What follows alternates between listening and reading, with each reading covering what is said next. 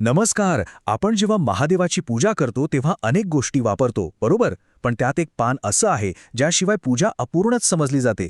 ते म्हणजे बेलाचं पान किंवा बिल्वपत्र. पण असं का?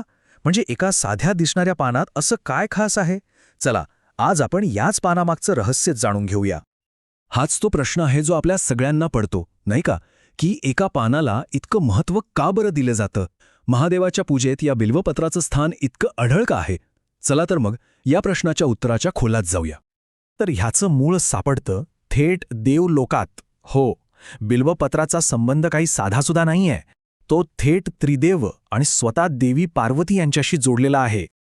आणि या सगळ्या दिव्य संबंधाचा केंद्रबिंदू आहे एक अंक, तो म्हणजे 3. तुम्ही पाहिलं असेल, बिल्वपत्राला 3 पाने एकत्र जोडलेली असतात. ही फक्त एक रचना नाहीये, यामागे खूप मोठा, एक गहन असा दैवी अर्थ दडलेला आहे. ही जी 3 पानं आहेत ना, ती म्हणजे साक्षात त्रिदेव आहेत असं मानलं जातं.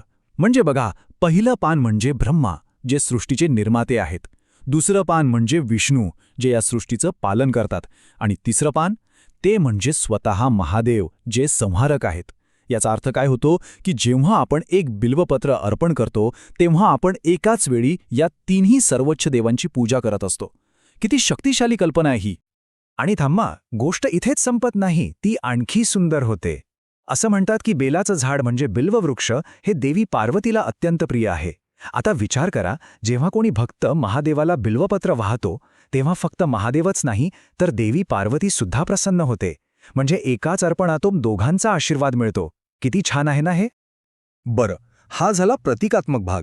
पण याच्या पलीकडे जाऊन बिल्वपत्र अर्पण करण्यामागे काही आध्यात्मिक आणि अगदी व्यावहारिक कारणं सुद्धा आहेत. चला, आता ती काय आहेत ते बघूया. आपल्याला माहितीये की भगवान शंकर हे योगी आहेत, वैरागी आहेत. त्यांच्या कठोर तपश्चर्येमुळे त्यांच्या शरीरात प्रचंड ऊर्जा आणि उष्णता निर्माण झालेली असते. आणि बिल्वपत्राचा गुणधर्म काय आहे? तो आहे शीतलता देणारा, म्हणजे नैसर्गिकरित्या थंड. मग विचार करा, जेव्हा शिवलिंगावर बिल्वपत्र वाहिले जाते तेव्हा तो केवळ एक विधी नसतो, तर आपल्या आराध्य दैवताला थंडावा देण्याची, त्यांना आराम देण्याची खूप प्रेमळ भावना असते. आणि या गोष्टीला पुराणांमध्येही आधार आहे. शिवपुराणात तर स्पष्टपणे सांगितलंय की जे कोणी बिल्वपत्र अर्पण करतात त्यांना फक्त आध्यात्मिकच नाही तर व्यावहारिक लाभसुद्धा मिळतात. त्यांच्या पापांचा नाश होतो आणि आयुष्यात सुख, समृद्धी आणि मनःशांती येते. चला, आता आपण श्रद्धेच्या जगातून थोडं विज्ञानाच्या दृष्टिकोनातून या पानाकडे बघूया. आणि गंमत म्हणजे इथे श्रद्धा आणि विज्ञान एकमेकांच्या विरोधात नाहीत. उलट ते एकमेकांचा हात धरून चालताना दिसतायत. आजचं मॉडर्न सायन्स आपल्याला सांगतं की बेलाच्या पानात अँटीऑक्सिडंट, अँटी इन्फ्लेमेटरी आणि अँटीबॅक्टेरियल गुणधर्म आहेत. सोप्या भाषेत सांगायचं तर हे पान रोगांशी लढायला मदत करतं, सूज कमी करतं आणि जंतूंचा नाश करतं. याचा अर्थ काय की हे पान फक्त पवित्र नाही तर ते शुद्ध करणारं सुद्धा आहे. त्याचा तो जो मंद सुगंध येतो ना, आणि हे जंतुनाशक गुण, यामुळे मंदिरासारख्या पवित्र ठिकाणचं वातावरण शुद्ध आणि पॉझिटिव्ह राहतं. आणि नेमके हेच गुण या पानाला सात्विक ठरवतात. सात्विक म्हणजे काय? तर शुद्धता. म्हणजे बघा, जसं हे पान बाहेरचं वातावरण शुद्ध करतं, अगदी तसंच ते अर्पण करणं हे भक्ताच्या मनातल्या शुद्ध निर्मळ भावनांचं प्रतीक बनतं. म्हणजे बाहेरची शुद्धता आणि आतली शुद्धता यांचं हे एक सुंदर नातं आहे. तर मग आतापर्यंत आपण जे काही पाहिलं, जे वेगवेगळे धागेदोरे पाहिले, ते सगळे एकत्र जोडून आपल्या मूळ प्रश्नाचं उत्तर शोधायचा प्रयत्न करूया. तर बिल्वपत्र महादेवाला इतकं प्रिय का आहे? चला, पटकन आठवूया. 1. कारण ते त्रिदेवांचं प्रतीक आहे. 2. ते देवी पार्वतीला प्रिय आहे. 3. ते शिवलिंगाला शीतलता देतं. आणि 4.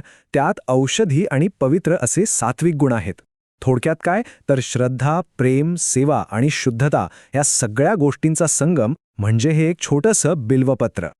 म्हणूनच पुढच्या वेळेस जेव्हा बिल्वपत्र हातात घ्याल तेव्हा एक गोष्ट नक्की लक्षात ठेवा की ते फक्त एक पान नाहीये. ते एक असं प्रतीक आहे जिथे श्रद्धा, निसर्ग आणि विज्ञान एकत्र येतात. आणि हे आपल्याला एका विचाराकडे घेऊन जातं की आपल्या अवतीभोवती अशा कितीतरी गोष्टी असतील, नाही का, ज्यांचं इतकं खोल महत्त्व कदाचित आपल्याला अजून समजलेलंच नाही.